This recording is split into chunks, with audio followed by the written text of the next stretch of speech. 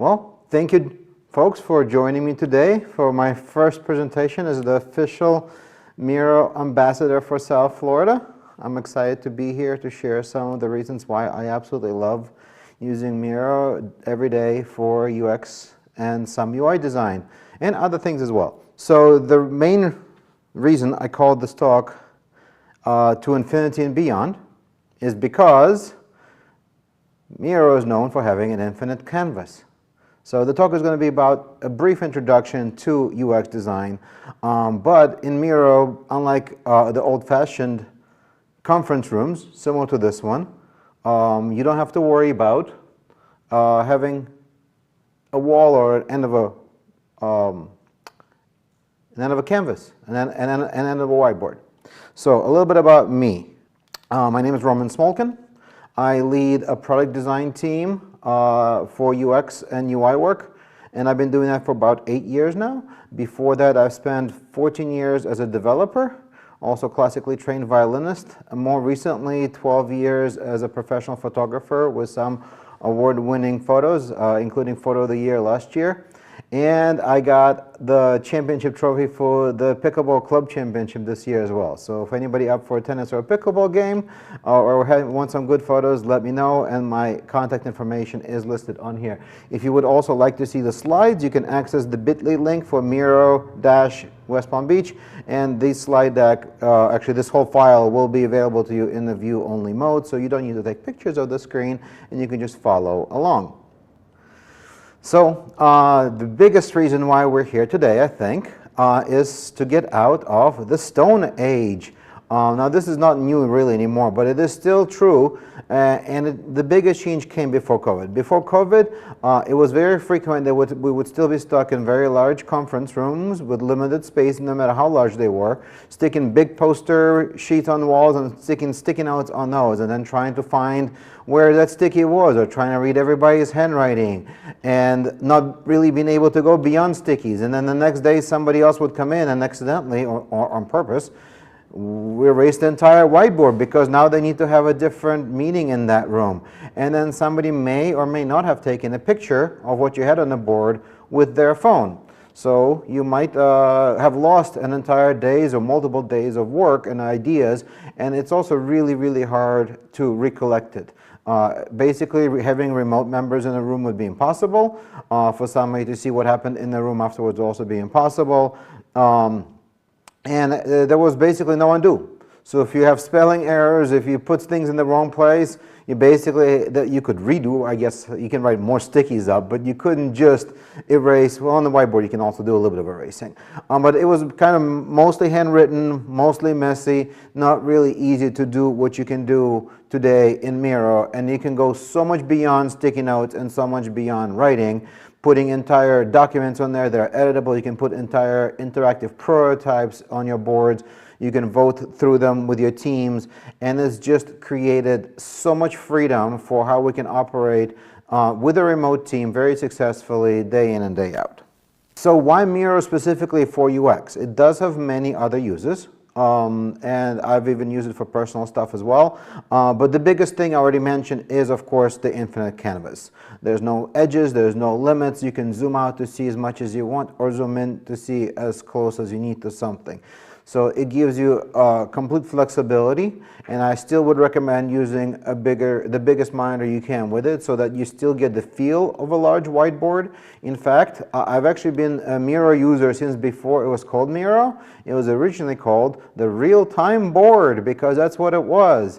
It allowed you to put stickies on a virtual whiteboard, and it just really has evolved from 4 years. I should probably say, worth saying, that Miro does have competition. They're certainly not the only product that can do something like this. And perhaps their biggest recent competition has come from Figma. For a long time, Figma wasn't really a threat to Miro because it was primarily focused on design. It does also have an infinite canvas, but it really didn't have all the tools that Miro did, like stickies, like all the templates and all of that. That was more geared toward UX as opposed to UI design.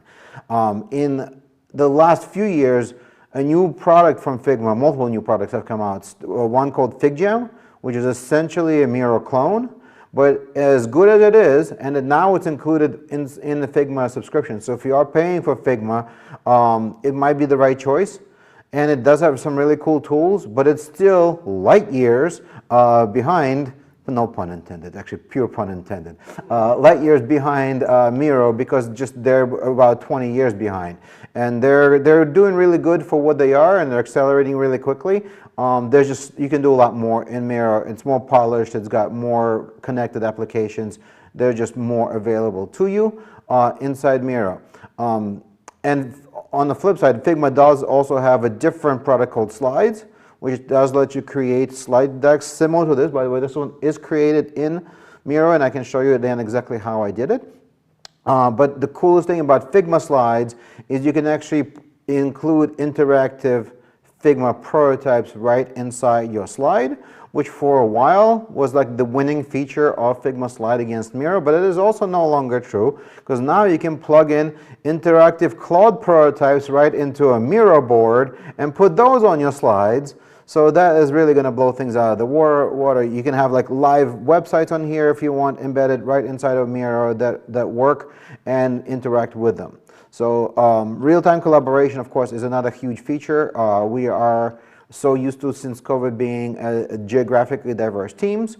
I have folks in my company from all over Ukraine, Spain, all over the United States, other countries, and many people I work with also have coworkers, or many people I know also have coworkers all around the globe. So real-time collaboration through Miro and similar tools has really transformed what's possible for us to do, and we no longer have to be locked in the same room to actually be productive with the team. And it does give you complete flexibility. So yes, you have your sticky notes and you have your wireframes, but Miro allows you to organize any kind of data you need. You can throw PDF documents in there. You can actually put YouTube videos in there and make clips out of them, like shorter clips out of them, and then have pieces that you want to show all in Miro. It is tremendously powerful, and most people don't actually utilize probably less than 1% of what it can do for you. So today is supposed to be about UX, not just in Miro. So I'm going to spend very little time on UX today, but I will give you the very highlights unless there's questions, and I can dive deeper into the other topics.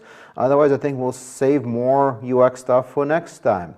But I'm a huge proponent for the process called the design thinking process. It originated with the Stanford School of Design, and it's probably the de facto standard across UX teams. There are others. IBM has come up with one. There's one called Double Diamond. There's a few other ones, but the design thinking one stands out because A, it's simple, B, it really makes sense and it does work, and it breaks things down into 5 pretty straightforward phases. The most important part about it is you can go from any phase to any other phase, so it's a loop and essentially an infinite loop. And there's an unmentioned phase as well, the sixth one being the implementation. So you start by emphasizing with your users. You try to get a deep understanding of what affects their day-to-day life, what would make their life better, like what can we do as a software, as a product developers, designers, to create something that really opens up the flexibility for them, saves them time ideally. So my personal biggest claim to fame is I can find and save a click in any piece of software. So give me any piece of software and I will find at least one click that could be eliminated and not reduce the amount of time people have to do something. Usually I can save dozens if not hundreds. So you emphasize with the users. Once you have a good understanding of what's getting in their way, what's creating friction in their workday, and what the feature could help them, then you define the actual problem. So you go through the findings, and defining the right problem is very important, because if you don't create the correct problem statement, you might create a great solution to a problem that nobody has. So actually understanding what people need and fulfilling that need is completely essential, as opposed to creating a great feature for a product that nobody really asked for.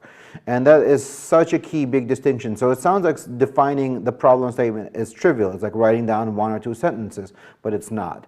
You really got to analyze all of the things that you learned from the first phase to define the proper problem statement so your team and you can focus on solving the right problems. And then the next two things are my personal favorites. So the first two are often referred to as UX research, and then the next two are often referred to as UX design. UI also comes into play at the next two phases as well. And I don't do as much research on myself. I work with a team, and actually in my company, most product owners actually do the research as opposed to UX researchers, but sometimes you have business analysts who do the research as well. So it really varies. It kind of is a field within a field. But then you begin your ideation. And the coolest thing about ideation is there's no such thing as a bad idea. No ideas are thrown out. Every idea is documented and is placed, is placed on a whiteboard. And so no idea is a bad idea. And every idea can be examined. So at the very least, you want to document it so that in the future, if something comes up, you can say, after you've analyzed all your ideas and you've picked which one you're actually going to move forward with, sometimes years later, people will come to you and say, hey, I have a better idea. We should do this. And you can go back to your ideation phase in documentation, usually in Miro, sometimes in Figma, sometimes on paper. But I've done this multiple times when it was like, we have looked at that idea, we have evaluated thoroughly, we've done user testing on that idea, and we've proved that that particular idea doesn't work. So it's great. So you put all the ideas you can on this infinite whiteboard. You pick which ones you're going to move forward with, but you also document which ones you're not going to move forward with and why you're not going to do it. So that's a big part of the whole process. And then you begin the prototyping. Prototyping can be a low fidelity, which can actually be done fairly easily in Miro. It can be done mid fidelity or high fidelity, which is probably better in Figma or nowadays in AI tools as well. Now, Miro does charge extra for their UI prototyping kit, and it essentially doubles your subscription, but it is kind of worth it unless you already subscribe to something like Claude Design, and then it's really not worth it in my opinion because that can do better. But it's there for you, it's available, and if you're not, Miro does also have AI, which is fairly robust as well. And of course, after you have your prototypes, essentially after every phase of prototyping, so whether it's low fidelity, mid fidelity, or high fidelity, you have to test with real users. You have to get real feedback. You have to analyze, is your solution actually working? You have to figure out maybe parts of it are working, parts of it can be improved, and you really have to go back and iterate through the process a few more times, go back to your users, test with your users, refine your problem statements, perhaps do some more ideation, perhaps refine your prototypes, and eventually test. And when you're satisfied with your tests, that's when you progress to implementation. So the reason implementation isn't really on the Stanford School of Design process is this process, among many other things, is designed to save companies a lot of money. So if you go to code, unless AI is doing it for you nowadays, but then you're just spending money on AI, that is theoretically a much slower process than getting a simple prototype built in something like Figma. So you can go from minutes of work and test to being able to test something with the users to maybe days, months, years of work, depending on what you're actually building. So it is essential to test the prototypes before you release it in code. And of course, the testing in code is also just as essential, maybe even more essential, but that's a different conversation and does not involve the design thinking process. So quick question, the projects that you take on, you take it through this framework basically every single time? So good question, and the question was the projects that I take on, do I take it through this framework every single time? And the basic answer is yes. The question is, do I actually do every single step myself? And usually the answer to that is no. So I work with a team where usually the emphasized step and the defined step 90% of the time is done for me by my team. Not always. Sometimes I've actually gone on site with clients and sat next to them as well. So I have done it. I do it sometimes. I don't do it enough. I'd like to do it more. But usually it's other members of my team that regularly travel to on-sites. They record sessions with the users. They interview the users. Some of it also comes from outside of our team as well. It comes from the sales and marketing teams a lot, from their pitches. So some of the new prospects and ideas come, sometimes they come from contracts. Like sometimes we sell a feature that doesn't actually exist yet, and then we actually have to deliver it. But the ideation, yes, absolutely. It can also start with help of AI and help of my team, of course. But I love the ideation phase and I love the prototyping phase. So that's where I kind of spend the bulk of my days. And then testing, we should really do more.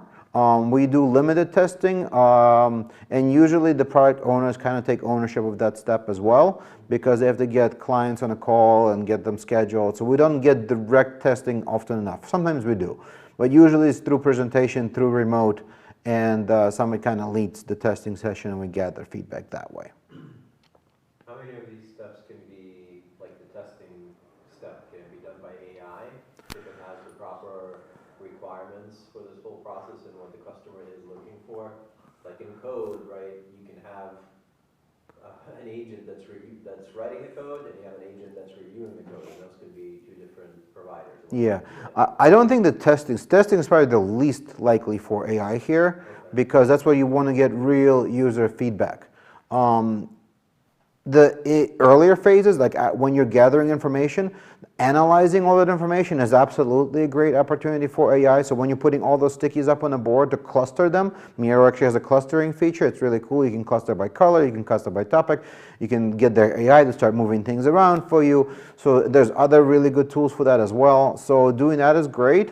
In the prototyping stuff, now ideation, you can make one prototype and throw it at AI and say, give me 3 more things similar to it or not similar to it, like you say, go crazy. Or you can actually have it make the first version for you, which is very common now. And it does pretty darn good for what I call the first wireframe.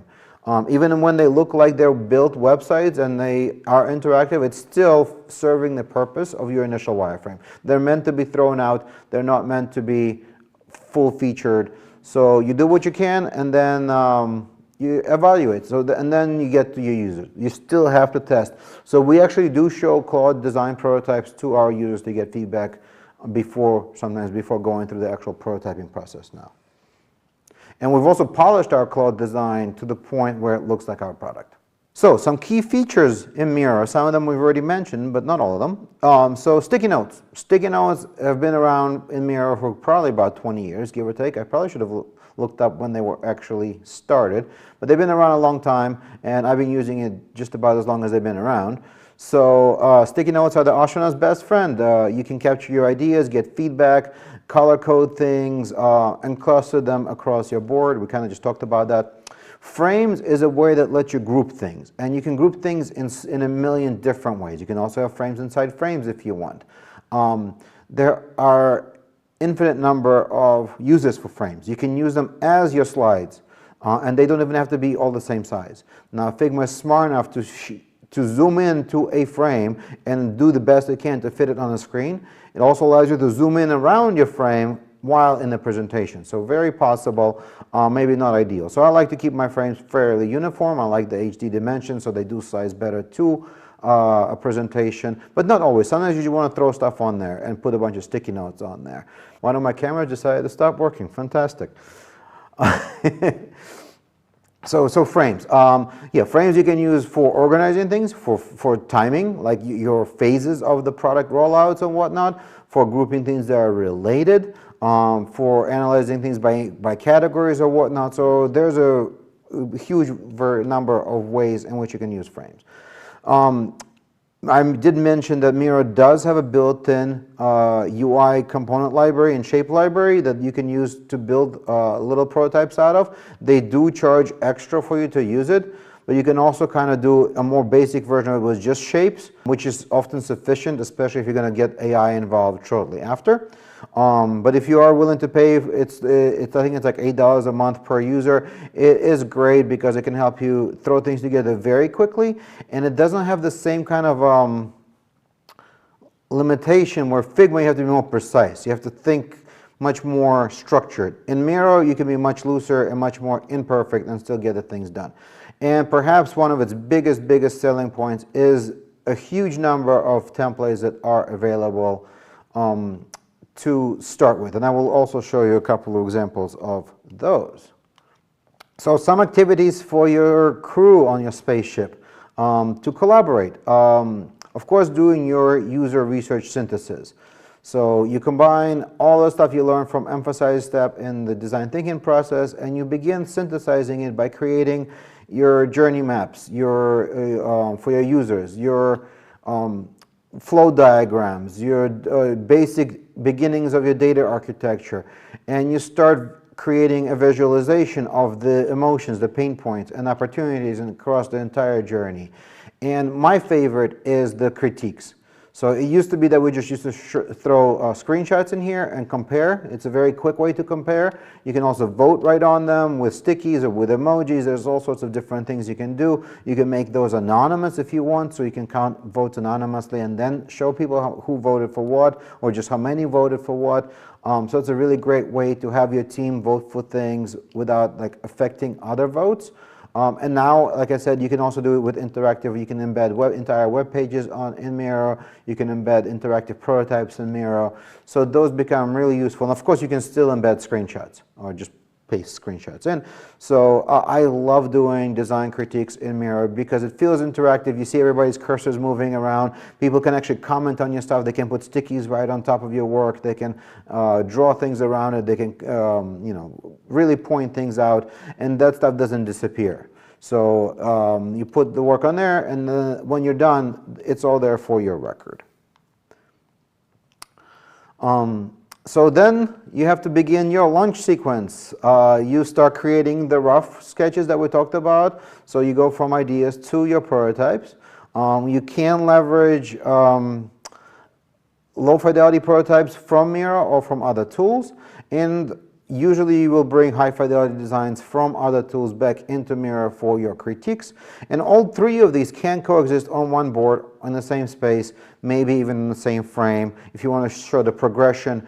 So it creates a very easy way to show your work, even if it's not the place where you do all your work. So some best practices for Miro. So you want to use the frames as your star maps. They do help you navigate within your Miro. And I will also show you when I do the actual demo, there is a map inside Figma to help you navigate around a big file. You can color code your galaxy. So on my team, we have a pretty standard use of colors. So yellow for stickies just means your normal informational stuff. Orange means we have a question about something. Red means we've decided against something, or it's a feature we're scrapping. Blue means it's an action that needs to be taken. And then usually we have a color dedicated to some key team members. So somebody might get black, somebody might get teal, so they actually know that it's their action items. So we do have multiple colors for action items depending on who needs to do what. But then you can really quickly sort your board by color, and you see, okay, what are all the questions, what are all the things that we scrapped, what are all the things we need to discuss, what are all the action items, and who's going to do what. So I'm a big fan of doing it that way. You don't have to pick those colors, pick your own poison, but the point is, color code your files within your files. Zoom levels. Zoom levels, I will also show you an example of my favorite way of navigating within Miro. But zoom levels help you get really close to something if you need to look at detail, or also zoom out to kind of get a much bigger high-level picture. And one thing that most people probably won't tell you is you do have to tidy up your Miro files. They can get huge, they can get messy, they can get a little slow. So take your time, like if you had the meeting in a conference room, you do have to clean up a little bit afterwards. So you do want to get your ideas kind of organized and archive things that need to be archived, save things that need to be saved, and get them kind of grouped a little bit better. So it is important to regularly go back and tidy up your spaceship. Who participates in all these meetings normally? So who participates in all these meetings? It's a really good question. And it varies. It varies in a meeting. So it can be as small as me and my UI team. It could be me and a product owner. It could be multiple product owners. We will often have stakeholders join. We will often have clients join, though for client meetings we haven't actually gotten them into Miro yet. We're kind of sticking to either slide decks in PowerPoint. Oh my God, that was an antiquated, sorry Microsoft, antiquated product. Unless Microsoft wants to sponsor this video. Fantastic product. No, but also Figma slides have gotten really good, but we're still using PowerPoint for client presentations, or we take them into interactive Figma prototypes. So it's kind of one. Figma or Miro? Figma. We actually do interactive Figma prototypes, and now Claude Design prototypes. So we do a lot of interactive prototypes, whether it's Claude Design or fully polished in Figma, and then we just do a lot of good old-fashioned slideshows, which is becoming really old-fashioned. So trying to work away from that. But Is there a point in keeping Figma, like we have Figma with a couple of design seats, we don't have a designer, we have some FigJam licenses, but with Claude Design, can I just import everything into Claude Design and get rid of my Figma subscription? can you get rid of your Figma subscription? I think in 2026, the answer is no. We're not there yet. In 2027, the answer is maybe. I was able to get Claude Design to get very close with our current design system, very close. It still makes way too many mistakes. Most of the mistakes are acceptable, but it is not pixel perfect. So if you want pixel perfect, and in the design world you usually do want pixel perfect, you need still need Figma. Also, Figma is about to release, and I'm signing up for their beta program, their agents, Figma agents, where I saw the demos blew my mind with what's possible in Figma. It's basically going to be like Claude on steroids, Claude Design. So I haven't showed you Miro AI yet. The coolest thing about Miro AI is its ability to get context from your board. So instead of having to type up a bunch of information or upload things, you can literally highlight stuff on a part, or as much or as little of your board as you want, and it will use that as context for your prompt. So the prompt can be very short, and the context can be as big as you need it based on whatever you're selecting. Figma is doing something very similar, where it's aware of your design system, it's aware of all the other design parts, and so you can give it context by actually giving it your frames, your Figma files, other related Figma files, so maybe your prototype. So it can actually do so much more in my mind than Claude Design can today. Now, tomorrow might be a different story. All I know for sure is they're going to push each other really fast and really hard. We're at the beginning. This is like the tip of the iceberg. We might also have to become farmers in 2028. That's a legit possibility. So maybe learn how to farm as well. But until then, the tools are phenomenal. And yes, I am a Miro ambassador because Figma hasn't offered me an ambassadorship, but Figma is my favorite tool that I use every day. I do use Figma more than I use Miro, but I almost never use FigJam because we have Miro. We pay for both. We don't have to pay for both, but it's actually cheaper for non-designers to pay for Miro, because a Miro seat is $8, a full Figma seat is $15, and it includes FigJam and slides. So depending on what your teams are like, so for people who are doing design, Figma makes a perfect amount of sense. For some developers who are integrating it with Claude Code, it makes perfect sense to have design seat, because now they can connect to the MCP server and they can be in context. Again, it connects pieces much better than just Claude. Claude Design, in my mind today, is vaporware. It literally does nothing except try to leverage some stuff that you have and make it look interactive for a presentation. It's a great way to create a first draft prototype that looks better than old-fashioned wireframe. So this question is probably going to make me sound like exactly what I am, which is I don't know much about that part of the design process, because I run hyper agile teams. So typically our prototyping is 0 to 0. We usually start with product, and so my question would be, how do you get the information in and out of the prototyping tool so that it's useful for the development side? Great question, and I guess it depends on what information you're trying to get. So first of all, I would say hyper agile is great, but you're still blowing a ton of money on development that could be saved by actually doing at least one iteration of design. I agree with you 100%. Right? So prototyping is invaluable because of how fast you can get something to look like real software without having to do a single thing to make it real software, and then you can get real feedback and know, are you on the right track or not. You can also connect the different tools and eventually get to code with assistance of AI. So it can actually get you much better coded prototypes faster too. So all of that is valuable. So I have my, let's call it, I have my high def prototype.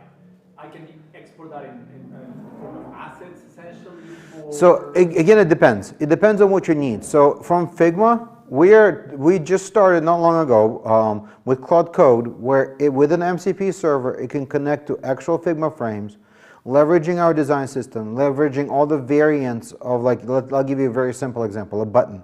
A button is going to have a default state, a hover state, a press state, a focused or tabbed state, and usually a disabled state, maybe an error state. So give or take 6 plus or minus states, maybe an animation state, right? So when it's like loading.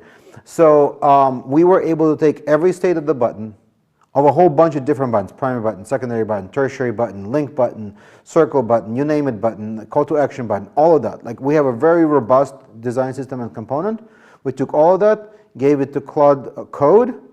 It was able to introspect every little piece, almost effortlessly produced Storybook. If you're not using Storybook, another fantastic product, and you should be using it. We just started using it recently. It really is phenomenal. So Claude Code can actually produce actual Storybook components that you can then use directly in code. And now our developers are spending way less time doing front-end coding and way more time doing back-end coding, because the front-end Claude is able to assist them so much with that. But so pre-Claude, before the AI could take those things and code them into essentially front-end assets, what was the workflow there?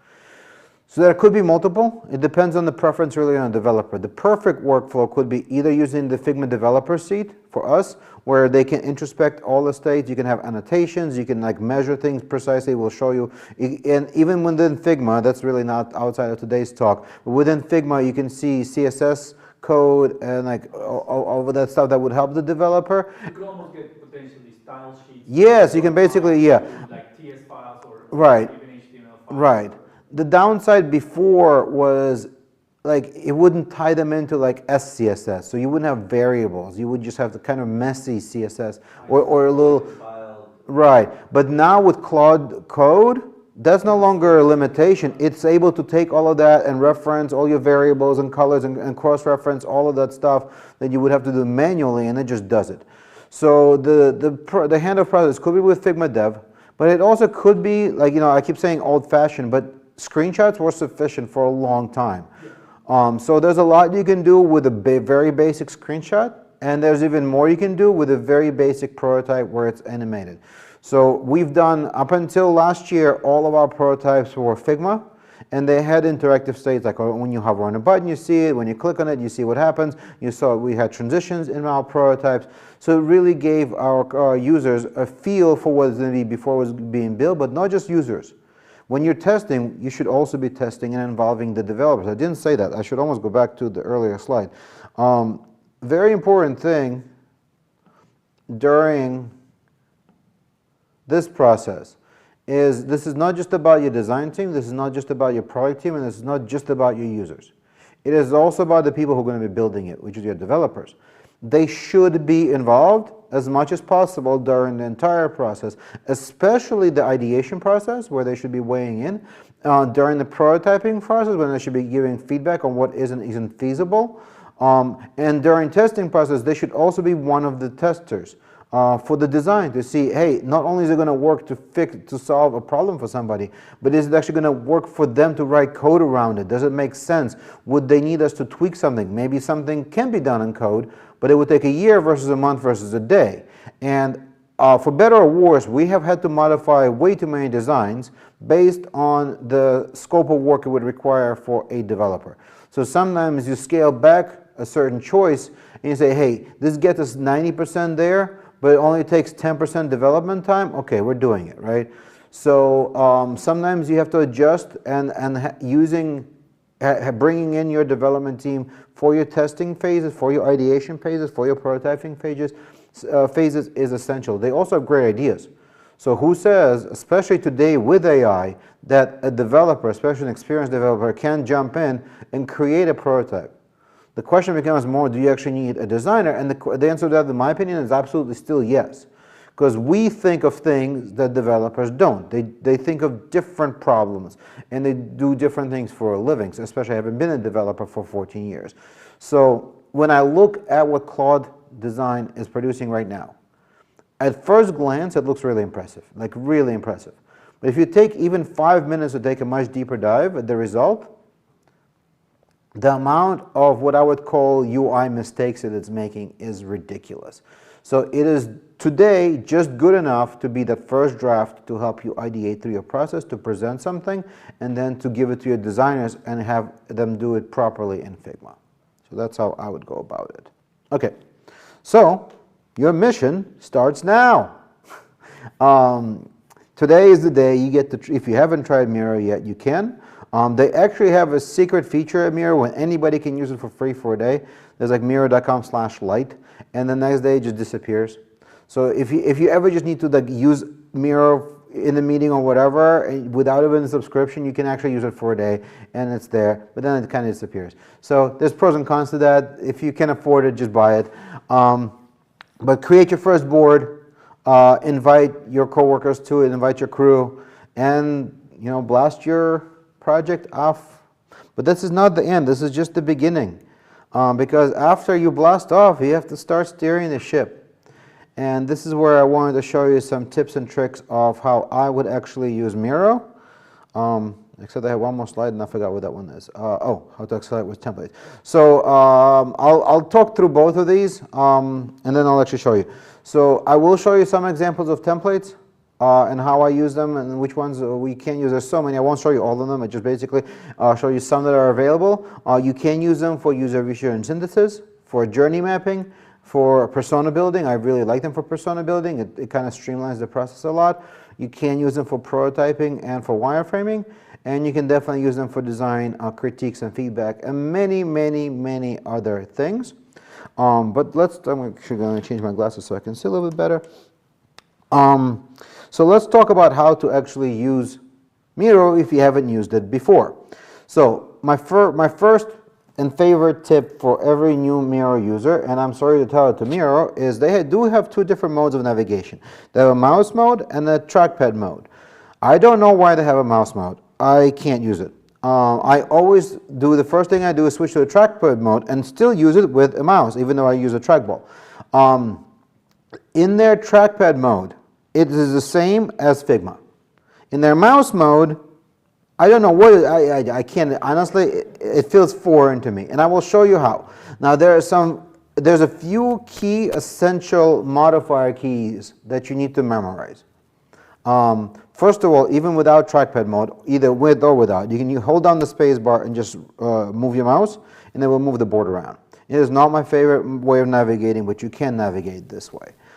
If you hold the control key and you scroll your mouse wheel, it will zoom in and out. But not only will it zoom in and out, it will zoom in and out at what you're pointing at. So if you want to zoom in a particular spot, you point at that spot, you roll your wheel, you're there. And then my favorite modifier key is shift. So if you just roll your mouse wheel up and down, it will move your board up and down. If you hold shift and you roll up and down, it actually goes left and right. So I will show you this, and I will show you how to configure the trackpad input style.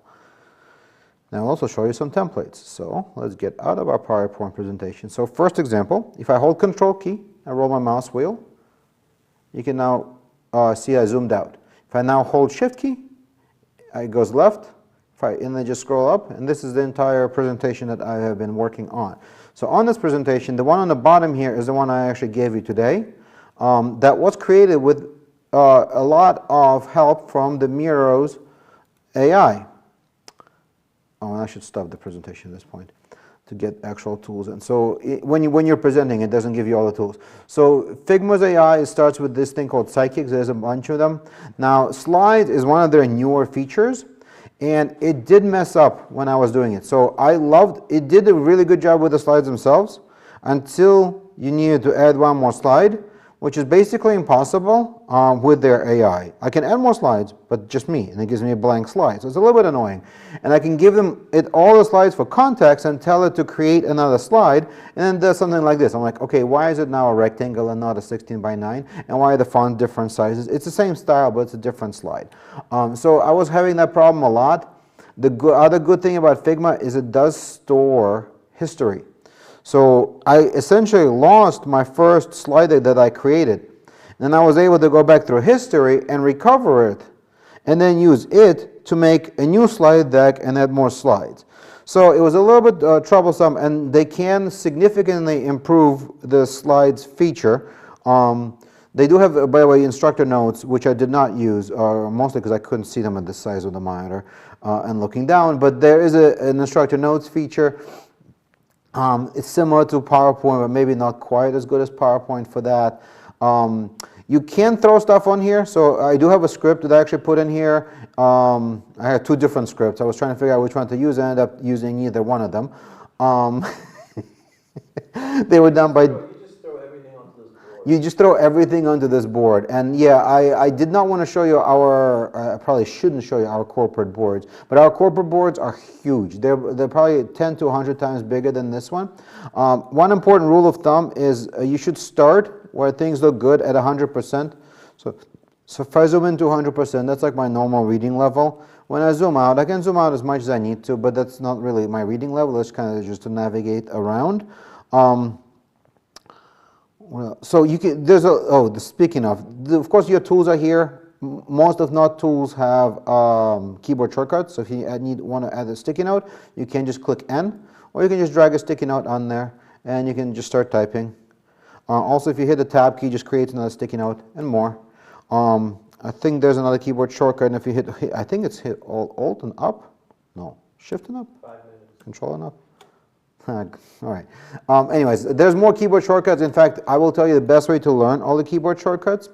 I put some great videos over here on this in this frame called Prep, and my absolute favorite video of all is this one called 100 Miro Tips You Wish You Knew Sooner. If you're going to start using Miro, just watch this video. He covers just about every tip there is, and after using this for 20 years, I did not know all 100 of them. I actually learned a ton. Some of them are very basic, and some of them are not basic at all. Watch that video. It will help you a lot to get started. There's other videos in here too. This is a company I also teach for on weekends called Simply Learn. They have a free webinar where you can learn Miro as well. And there's some other just Miro in 3 minutes if you're really in the rush to get started, beginner tutorials, and how to work with AI. Also, they just had their conference. Oh my God, I forgot what their conference is called. But they did have their new announcements, and they launched a ton of new AI tools where they were showing integration with Cloud Design, etc. So it was awesome. But basically, you click on this button, and it brings you their AI assistant. And then you can use it like you would a normal AI, except, like I was saying, if you highlight certain things on the board, you can give it context, and it immediately will know that, hey, these are the things I selected, and I'm going to use those in context, but not the other things. So I'm a big fan of that. So that's pretty much, since I am almost out of time, I'll probably wrap up over there. I should go back to the second slide. I think I'll stop on this one that has my contact information as well as a slide deck. If you have any questions, feel free to reach out. You're welcome to look at the slide deck if you'd like. If you need a photographer, want a tennis or a pickleball partner, let me know. I am single, so feel free to reach out. What about a Cold Fusion developer? Oh, my friend asked, what about a Cold Fusion developer? I did spend, I guess, give or take 14 years writing Cold Fusion code. I used to be a Cold Fusion expert. I haven't written a line of code in 8 years, so I'm a little rusty. I can still probably be dangerous with Cold Fusion if I had to be. Well, Cold Fusion is dangerous nowadays, so for sure. Well, folks, thank you again for visiting. It was a pleasure to share some of my favorite. Oh, I didn't show you templates. Okay, we'll save templates for next time. Or you want a very quick glance at templates? Yeah, we got 3 minutes. All right.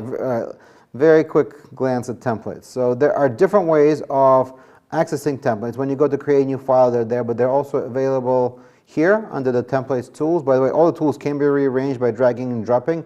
And maybe one more very quick tip. If you hit the plus, there's a ton more stuff under there. And you can search, and this is where the connected apps exist. Anything you can imagine is probably available. You can connect it to Asana, to Jira. You can do, if you can imagine it, it's probably already available to you. So definitely check out the tools within the plus, as well as their marketplace. Yeah, diagramming, you name it. If you can imagine it, it's probably available. But templates, oops, wrong one, this one. They now have AI templates, and they have just about anything else you can imagine for stuff. You can want to start a project, roadmap tracking, prototyping, requirements for features, planning stuff, user feedback and highlights. This is one of the things that we use for UX design. Daily stand-up, very common to use this. We used to do flowcharts, of course. You can do flow diagrams. And you mentioned Agile, so there's a ton of, you can do your sprint planning in here. You can actually connect this to Jira or similar tools. It brings in information from Jira, makes it so easy to visualize stuff right here. You can do your daily stand-up, I think I already said that. Roadmap planning is very cool. Does it have, in terms of design systems, like a lot of people used to use Bootstrap, right, and things like that. Now a lot of people use Tailwind. Does it have Tailwind and Tailwind derivative templates for quick prototyping? That's a very good question, and I don't know. I think their prototyping are much more primitive than that, like more like wireframing prototypes for this. What they do have on branding is you can brand your Figma files, and I don't do it often enough, so now I can't remember off the top of my head, but under here somewhere is Brand Center. So if you actually want your files to look like... Your attention, please. Well, on that note, we should wrap this up. There is a brand center. You can drop your brand colors and whatnot in here, and you can use those colors for your stickies if you want. You can use your fonts, etc. So all of this can be customized to help you create boards that are more on brand. Although I honestly don't know what value there is except for maybe slide decks for boards to be on brand. As long as the team is effective in communicating, I think that's all you really need.